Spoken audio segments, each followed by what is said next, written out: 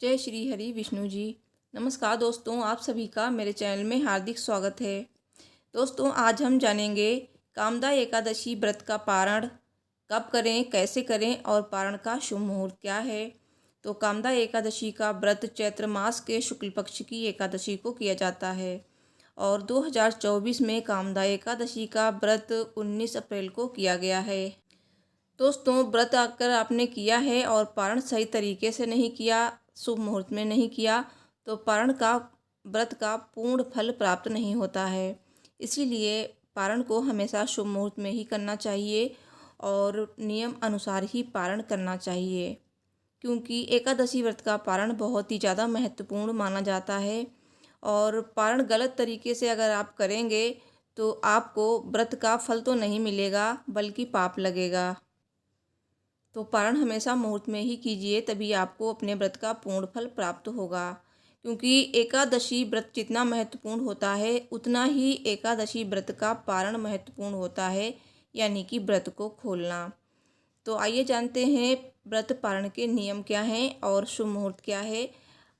दोस्तों, एकादशी व्रत का पारण हमेशा द्वादशी तिथि में शुभ मुहूर्त में ही किया जाता है और एकादशी व्रत का पारण कभी भी सूर्य उदय के पहले नहीं करना चाहिए।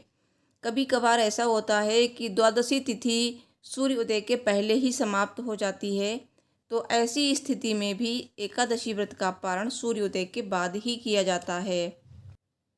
और एकादशी व्रत का पारण कभी भी हरिवासर में नहीं किया जाता है। तो हरिवासर किसे कहते हैं? जैसे कि द्वादशी तिथि की पहली 1/4 अवधि को हरिवासर कहा जाता है। तो इस समय पारण भूल कर भी नहीं करना चाहिए और जो भी इस समय पारण कर लेता है उसे पाप लगता है। एकादशी व्रत पारण में कुछ ऐसी चीज़ें हैं जिन्हें खाकर ही पारण करना चाहिए और इससे भगवान विष्णु प्रसन्न होते हैं और आपका व्रत भी पूर्ण होता है। तो दोस्तों, पहले हम जानते हैं कि एकादशी व्रत पारण के दिन पूजा कैसे करनी है। तो जैसे कि आपने एकादशी व्रत में पूजा की है, उसी तरह आपको द्वादशी तिथि पे यानी कि एकादशी के अगले दिन सुबह सूर्योदय के पहले उठना है। उसके बाद आपको स्नान आदि करके भगवान विष्णु की पूजा आराधना करनी है। भगवान विष्णु को आप भोग अर्पित करें, फल फूल से पूजा करें, धूप दीप नैवेद्य अर्पित करें।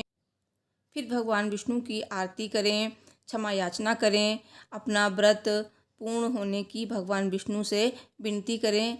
साथ ही आपकी जो मनोकामना है भगवान विष्णु से अवश्य कहें। इस तरह से पूजा करने के बाद आप अपने व्रत पारण का भोजन बनाएं।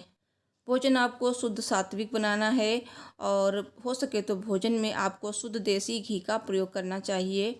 गाय का देसी घी हो तो ज़्यादा अच्छा है। उसके बाद आप चाहें तो अपने घर ब्राह्मणों को बुला सकते हैं, तो ये भोजन आप ब्राह्मणों को खिलाएं, ब्राह्मणों को दान दें, दक्षिणा दें और फिर उन्हें विदा करें। और अगर आपको ब्राह्मण नहीं मिल पाते हैं तो आप सूखा अनाज मंदिर में भी दान दे सकते हैं। इस तरह से भी पारण किया जाता है। तो आप जो भी दान करना चाहते हैं, क्योंकि एकादशी तिथि पे दान का बहुत ही ज़्यादा महत्व होता है, तो जो भी दान करें उन चीज़ों को एकत्रित कर कर भगवान विष्णु के समक्ष दान देने का संकल्प लें। तो इस टाइम गर्मियां हैं, तो गर्मियों में आप जल का दान कर सकते हैं, घड़े का दान कर सकते हैं, जूते चप्पल छाता इन सब चीज़ों का दान किया जाता है। चना गुड़ और वस्त्र का दान भी अवश्य करें। कामदा एकादशी व्रत पारण मुहूर्त। कामदा एकादशी व्रत का पारण 20 अप्रैल को सुबह 5:20 से सुबह 8:26 तक किया जाएगा। तो दोस्तों, इस बीच आप पारण अवश्य कर लें। और इस दिन कुछ चीज़ें हैं जिन्हें खाकर ही पारण करना चाहिए। जैसे कि भगवान विष्णु को तुलसी बहुत ही प्रिय हैं, तो आप तुलसी का पत्ता अपने मुख में रखकर पारण कर सकते हैं, या फिर आप आंवला खाकर भी पारण कर सकते हैं, या फिर आप एकादशी व्रत का पारण चावल खाकर भी कर सकते हैं। कामदा एकादशी व्रत का पारण आप भगवान विष्णु को अर्पित किए गए प्रसाद को खाकर भी कर सकते हैं। जल को पीकर भी कर सकते हैं। जो जल आपने भगवान विष्णु को अर्पित किया है उस जल को पीकर भी पारण किया जाता है। साथ ही इस दिन आपको कुछ ऐसी चीज़ें हैं जो बिल्कुल नहीं खानी हैं। जैसे कि इस दिन आपको मसूर की दाल और लहसुन प्याज मूली, बैंगन, मांस, मदिरा, इन सब चीज़ों का सेवन भूलकर भी नहीं करना चाहिए, क्योंकि ये सारी चीज़ें तामसिक मानी गई हैं और इस दिन आपको सात्विक चीज़ों का ही सेवन करना चाहिए। दोस्तों, मुझे उम्मीद है वीडियो पसंद आई होगी, तो प्लीज़ इस वीडियो को लाइक करें, चैनल को सब्सक्राइब करें। मैं मिलती हूँ नेक्स्ट वीडियो में। Thanks for watching. Radhe Radhe.